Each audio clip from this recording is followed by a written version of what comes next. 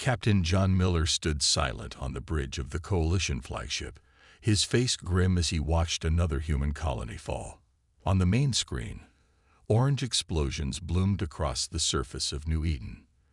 The Vorn Imperium ships moved with perfect precision, their purple beams cutting through the colony's defenses like they were made of paper. "Sir, New Eden has gone dark. No more transmissions," said Officer Pete Davis, his voice hollow. Miller nodded slowly. This marked the 5th human colony lost in just 2 months. The war against the Vorn had dragged on for 3 years, and humanity and their alien allies were losing ground every day. "How many made it out?" Miller asked. "Early estimates show only 30% of the evacuation ships reached the jump point," Davis replied. Miller closed his eyes briefly. "Thousands dead." Again. The comm system chimed. "Captain Miller, Admiral Carter requests your presence for an emergency War Council meeting. All senior officers to report to Deck 7 in 30 minutes. "Acknowledged," Miller said. He took one last look at the dying colony and turned away. "Simmons, you have the bridge."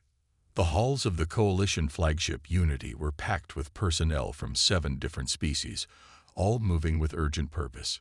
Humans brushed past the tall, 4-armed Aldebaranians and the stocky, scaled Proximans. 3 years ago, such a sight would have amazed Miller. Now it was just another day in a losing war. Miller entered the War Council chamber to find Admiral Lisa Carter already standing at the main table.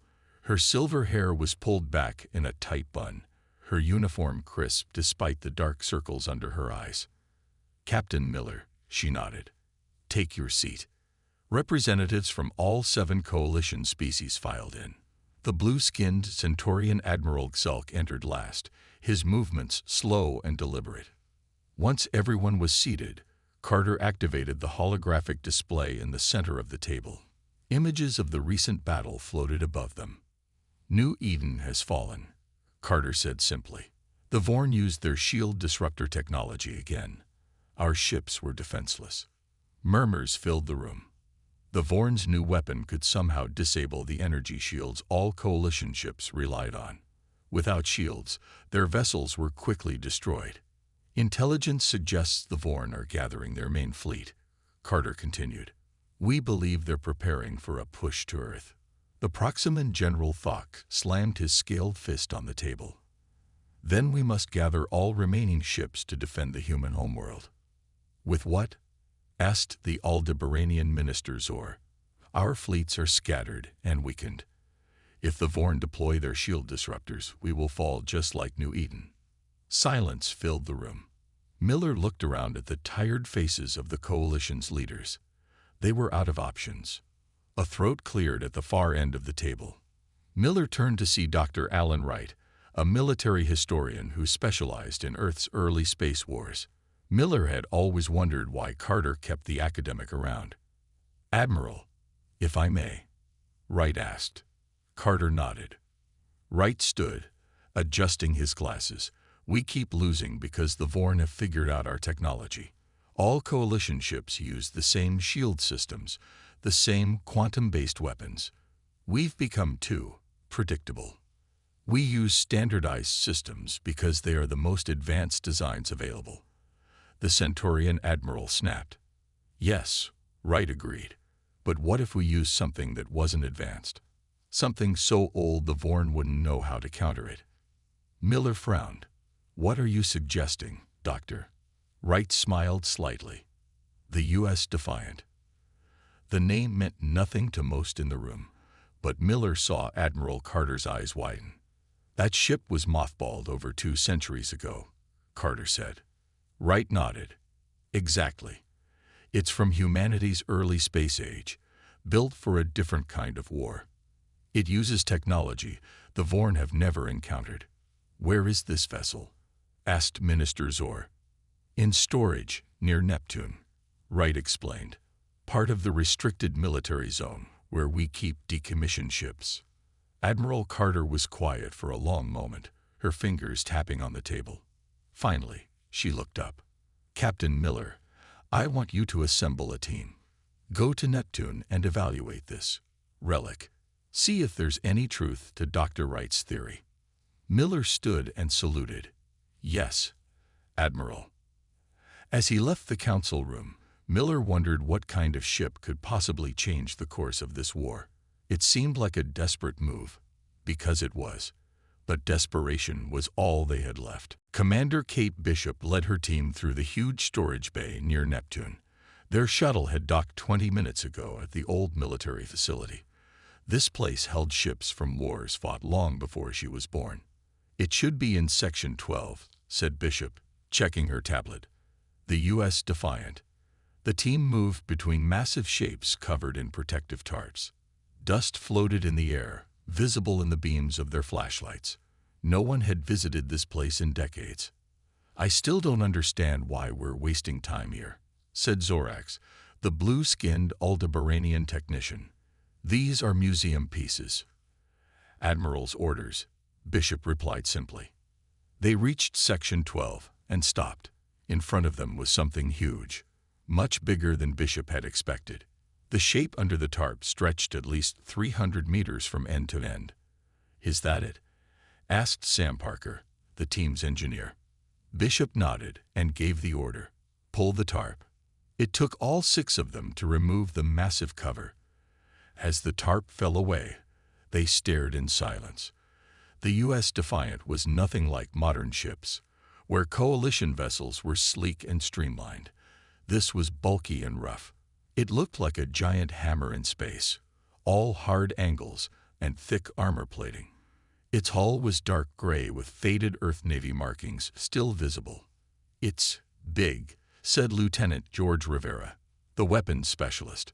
Parker walked up to the hull, running his hand along the metal.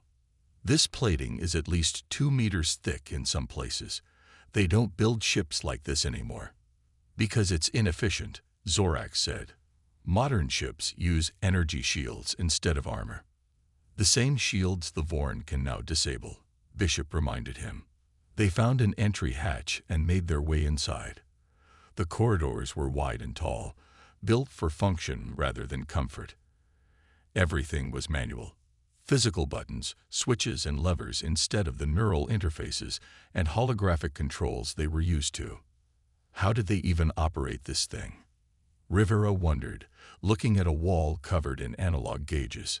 Parker laughed with genuine joy. "With their hands. Look at this. Actual circuit breakers and manual overrides. This ship doesn't need a central computer to function. Each system can work independently."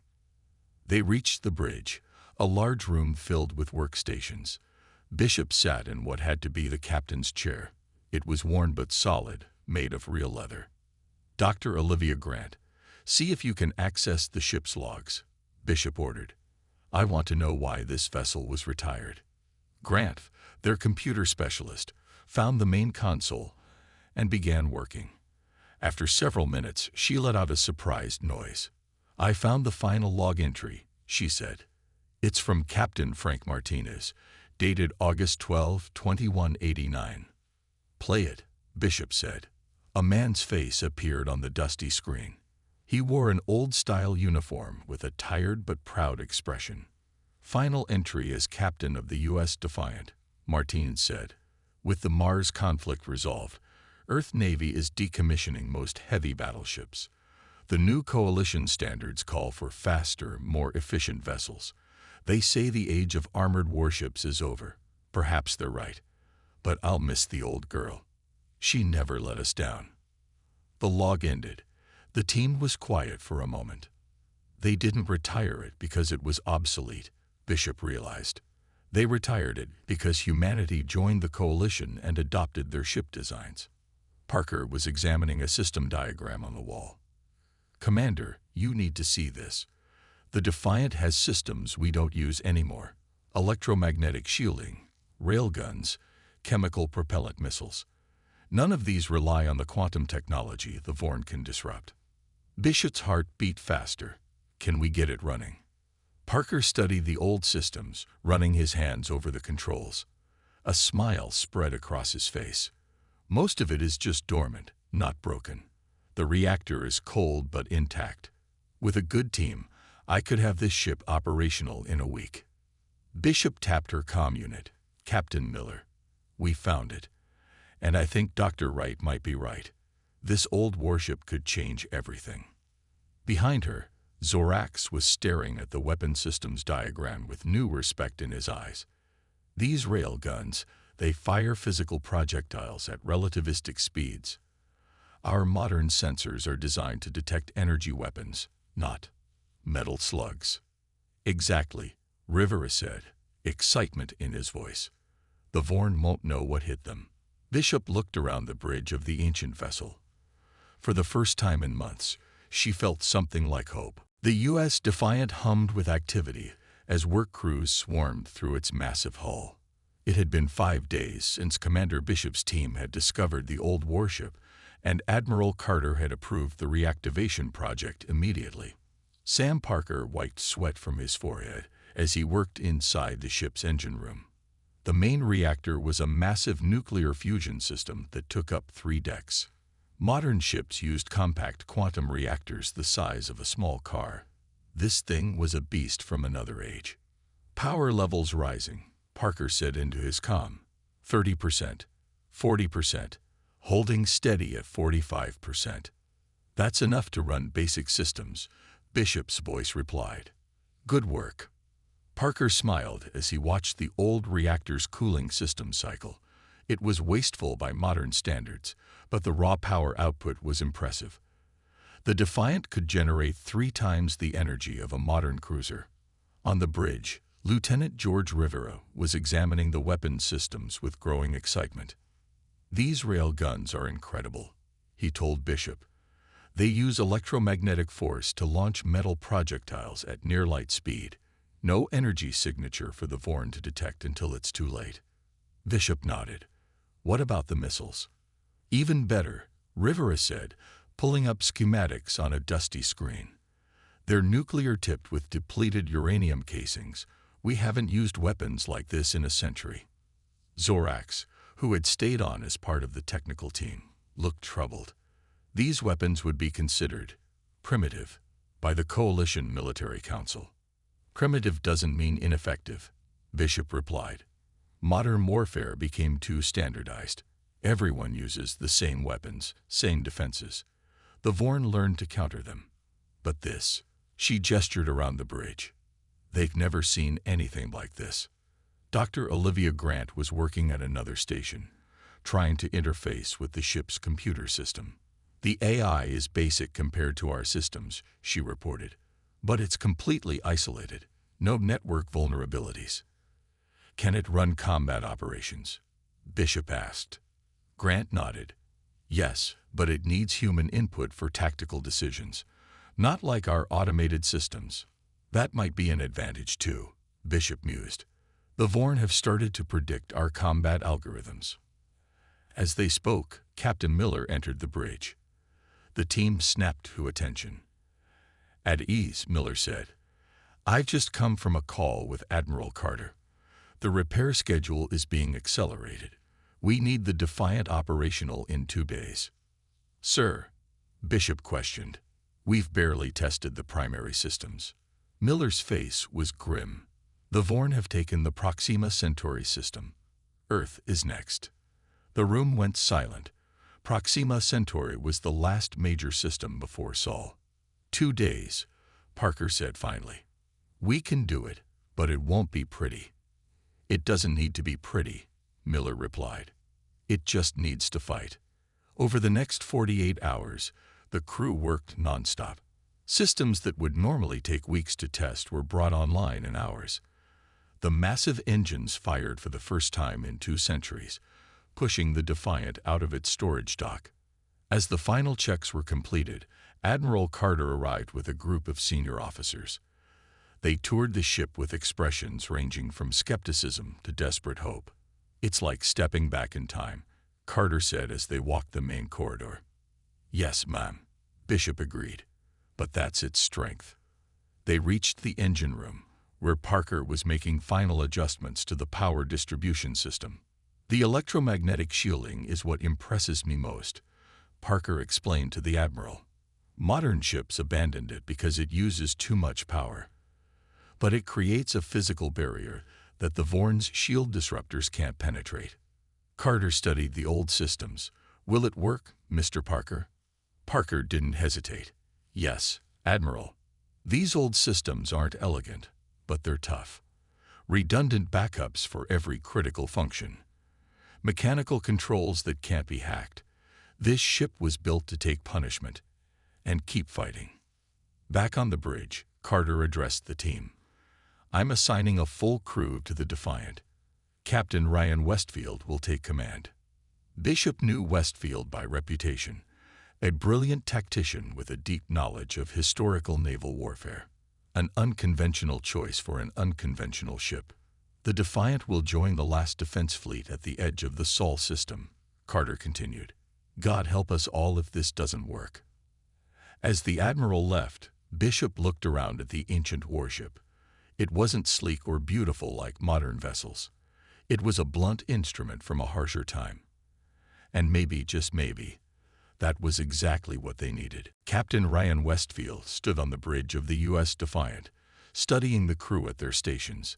They were an unusual mix, young officers with technical skills and older veterans who remembered how to operate analog systems. Admiral Carter had handpicked each one for this desperate mission. Status report, Westfield said. His voice was calm, but carried across the bridge easily. Lieutenant Amy Nelson, his tactical officer, looked up from her station.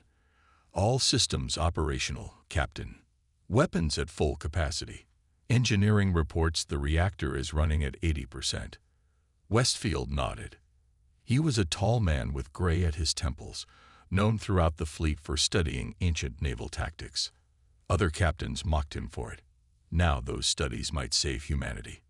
Begin undocking procedure, he ordered. Slow and steady.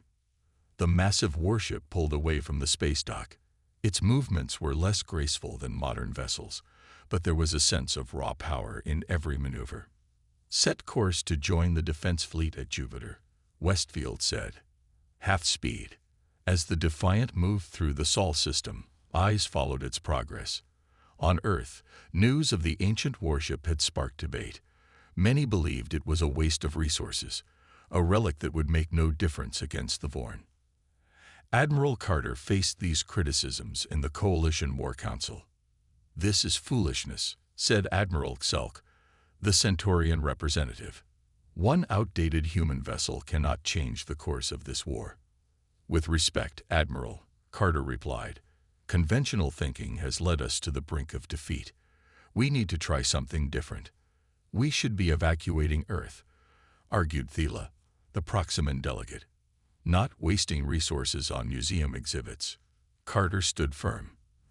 The Defiant represents a different approach to warfare, one the Vorn haven't encountered.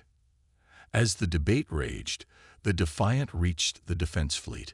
50 coalition ships of various sizes were gathered near Jupiter's orbit, the last line before Earth. Many crew members gathered at viewport windows to watch the ancient warship approach. It looks like something from a history book, said one young officer on the coalition flagship. Captain Miller, now serving as fleet coordinator, smiled slightly. Sometimes old ideas become new again.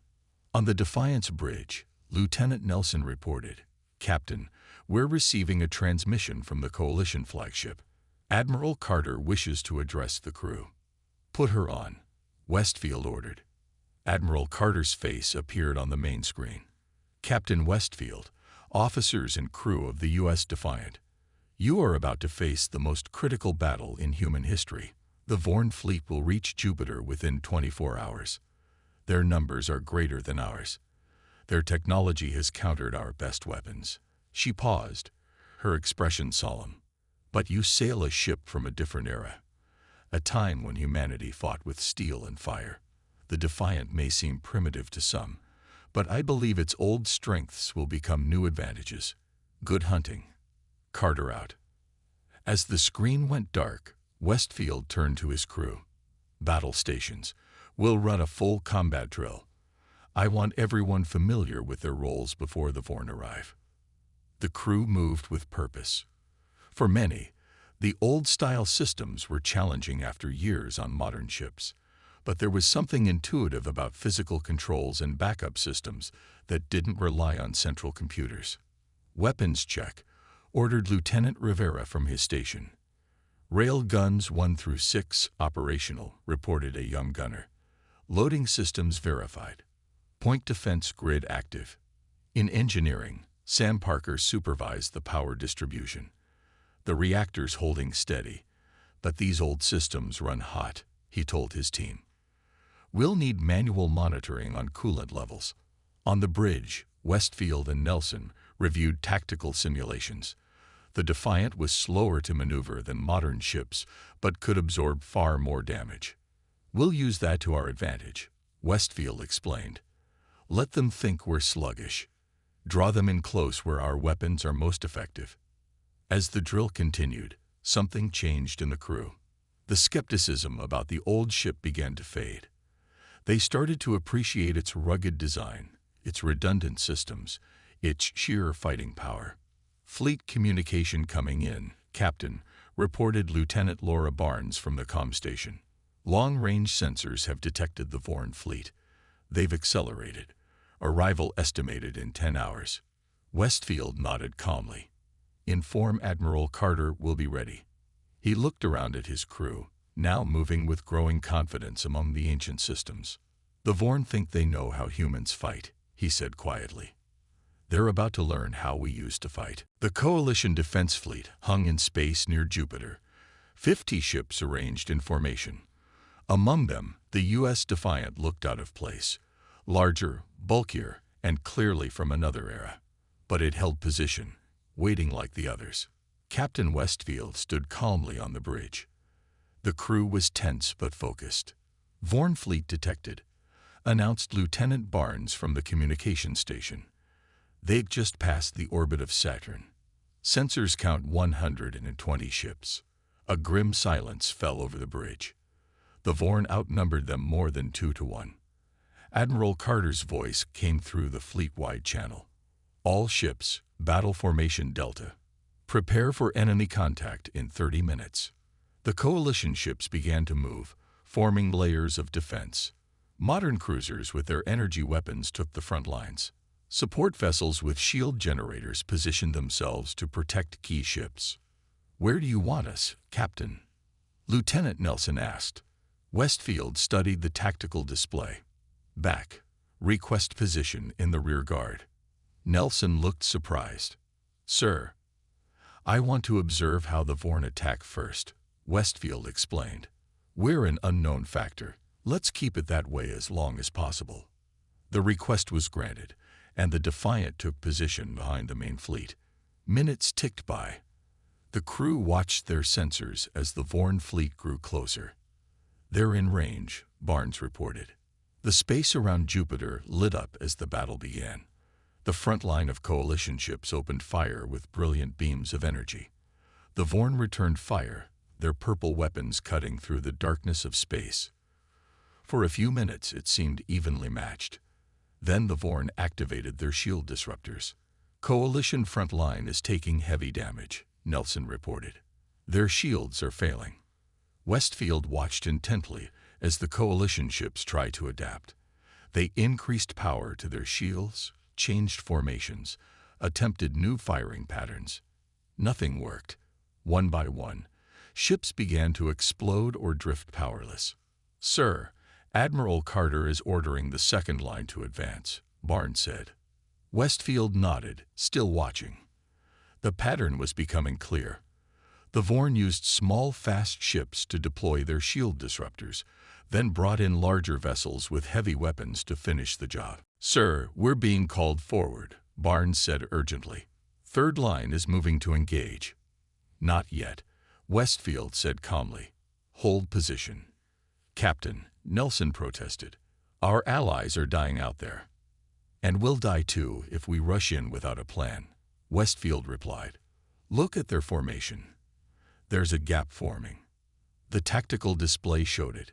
The Vorn fleet was spreading out to surround the remaining coalition ships. In doing so, they had created a narrow opening that led directly to their command ship. The Vorn Admiral is getting confident, Westfield said. He thinks the battle is won. He turned to his weapons officer. Lieutenant Rivera, load all rail guns. Prepare nuclear missiles. Sir, Coalition protocols prohibit nuclear weapons in system, Rivera reminded him. This ship predates those protocols, Westfield replied. And Earth's survival matters more than regulations. Rivera nodded and began the weapons prep. Engines to full power, Westfield ordered. Lieutenant Nelson, plot a course through that gap. We're going for their command ship. Sir, Coalition Command is demanding we join the main battle, Barnes reported. Westfield took the comm. Admiral Carter, this is Captain Westfield. We've identified a weakness in the Vorn formation. Request permission to break formation and exploit it. There was a pause before Carter responded. Our conventional tactics are failing, Captain. Do what you need to do. All hands, brace for high-G maneuvers, Westfield announced. Helm, execute course at maximum speed. The Defiant's massive engines roared to life. The old warship moved forward, building speed that surprised even its crew. The Vorn ships, focused on the main Coalition fleet, didn't notice the Defiant until it was charging straight toward their formation. They'd spotted us, Nelson reported. 3 Vorn cruisers breaking off to intercept. Let them come, Westfield said. Activate electromagnetic shielding. The Vorn cruisers fired their shield disruptors at the approaching human vessel. But unlike the Coalition ships, the Defiant didn't falter. Its old-style electromagnetic shields, created by massive coils throughout the hull, remained intact. Their disruptors had no effect. Parker reported from engineering, excitement in his voice. Of course not, Westfield said with a slight smile. They're designed to disable energy shields. Ours are magnetic. The Vorn cruisers, clearly confused by the Defiant's immunity to their primary weapon, switched to direct energy attacks. Beams of purple energy struck the Defiant's hull. Taking damage on decks 4 and 5, Nelson reported. Hull integrity at 90%. Maintain course, Westfield ordered. Target those cruisers. Fire rail guns when in range. The U.S. Defiant shook as its rail guns fired for the first time in centuries.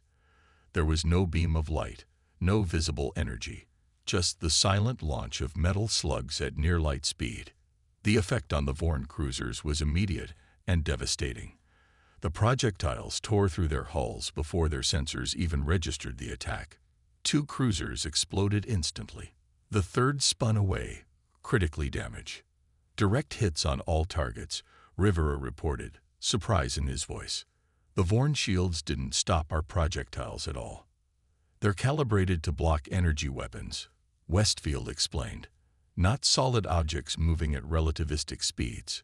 On the main Coalition channel, confused reports began flowing in. What just happened?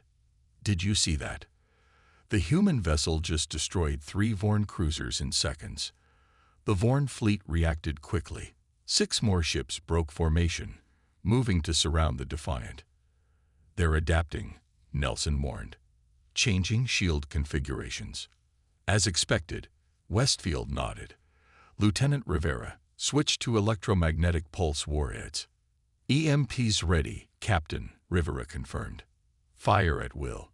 The Defiant launched a spread of missiles toward the approaching Vorn ships. The Vorn, having adjusted their shields to block physical projectiles, let the missiles approach. When the EMPs detonated, no explosion was visible, but the effect was clear. The Vorn ships went dark, their systems overloaded by the pulse. They're disabled but not destroyed, Nelson reported. We don't need to destroy them all, Westfield said. Just clear a path to their command ship. The Defiant continued its charge through the Vorn formation. More enemy ships moved to intercept, now firing everything they had at the human vessel. The bridge shook violently as hits registered across the hull. Deck 6 through 10 reporting damage, Barnes called out. Hull breaches on Deck 7. Emergency bulkheads holding. In engineering, Sam Parker worked frantically to keep systems online. "We're losing power to the forward sections," he reported. "We're routing through secondary conduits." A modern ship would have been crippled by such damage. But the Defiant had been built with a different philosophy, compartmentalized, with backup systems and manual overrides. Even as sections of the ship were damaged, others continued to function. "Sir, I'm intercepting Vorn communications," Barnes reported. "They're confused. They keep referring to us as the primitive demon ship." A smile touched Westfield's lips. "Good. Confusion works in our favor."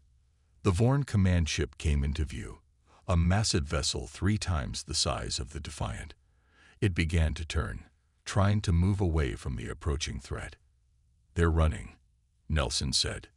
"No," Westfield corrected. "They're repositioning to bring their main weapons to bear. They still think they can win this." He turned to Rivera. "Prepare nuclear mines.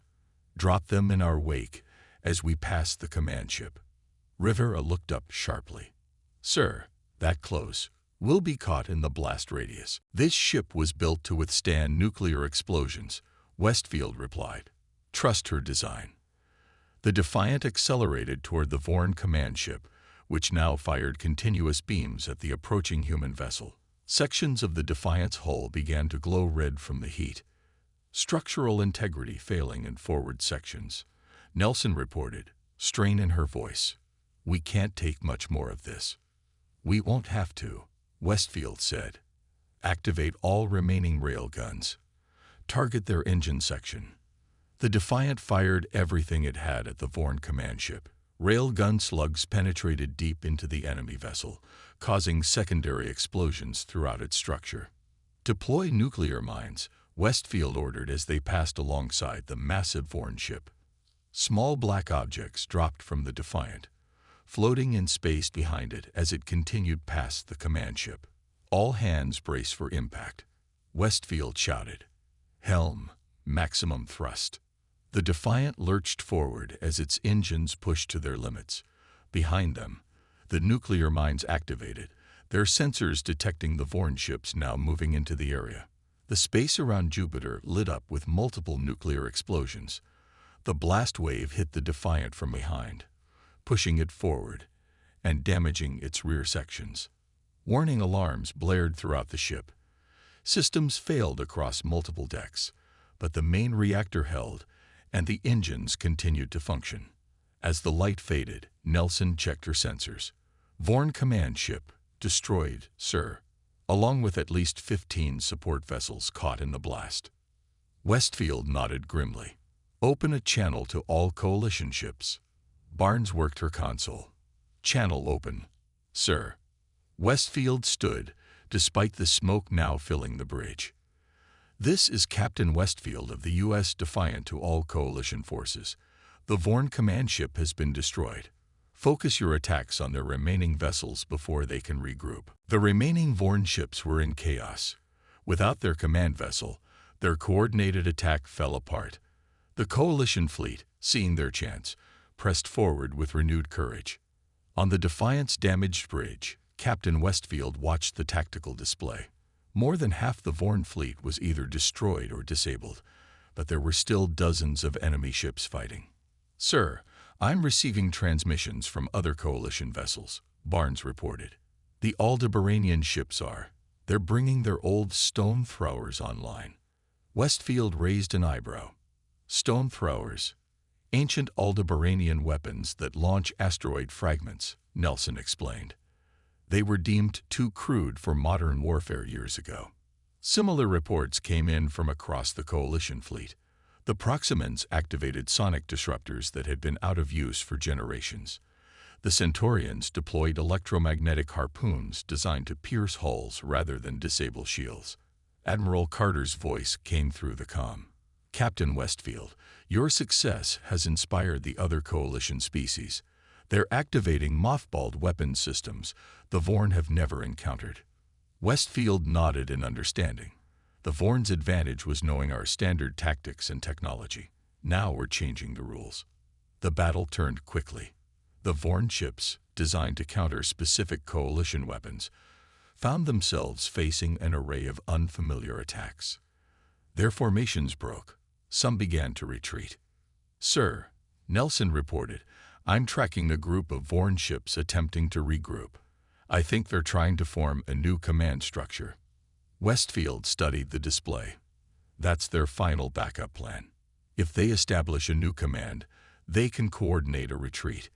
He turned to Rivera. "Do we have any nuclear missiles left?" "Two, Captain," Rivera confirmed. "Target that group," Westfield ordered. "We need to end this decisively." The damaged Defiant turned toward the regrouping Vorn ships. Its hull was scared, sections exposed to space, but its weapons were still operational. "All Coalition ships, this is Captain Westfield," he transmitted. "We're making a final run at the Vorn regrouping point. Request covering fire." The response was immediate. Coalition ships of all types moved to support the Defiant, forming a protective screen around the damaged human vessel. "Look at that," Barnes said softly. "They're protecting us." "They've seen what we can do," Westfield replied, "and what we're willing to risk." The Defiant pushed forward, escorted by the combined coalition forces.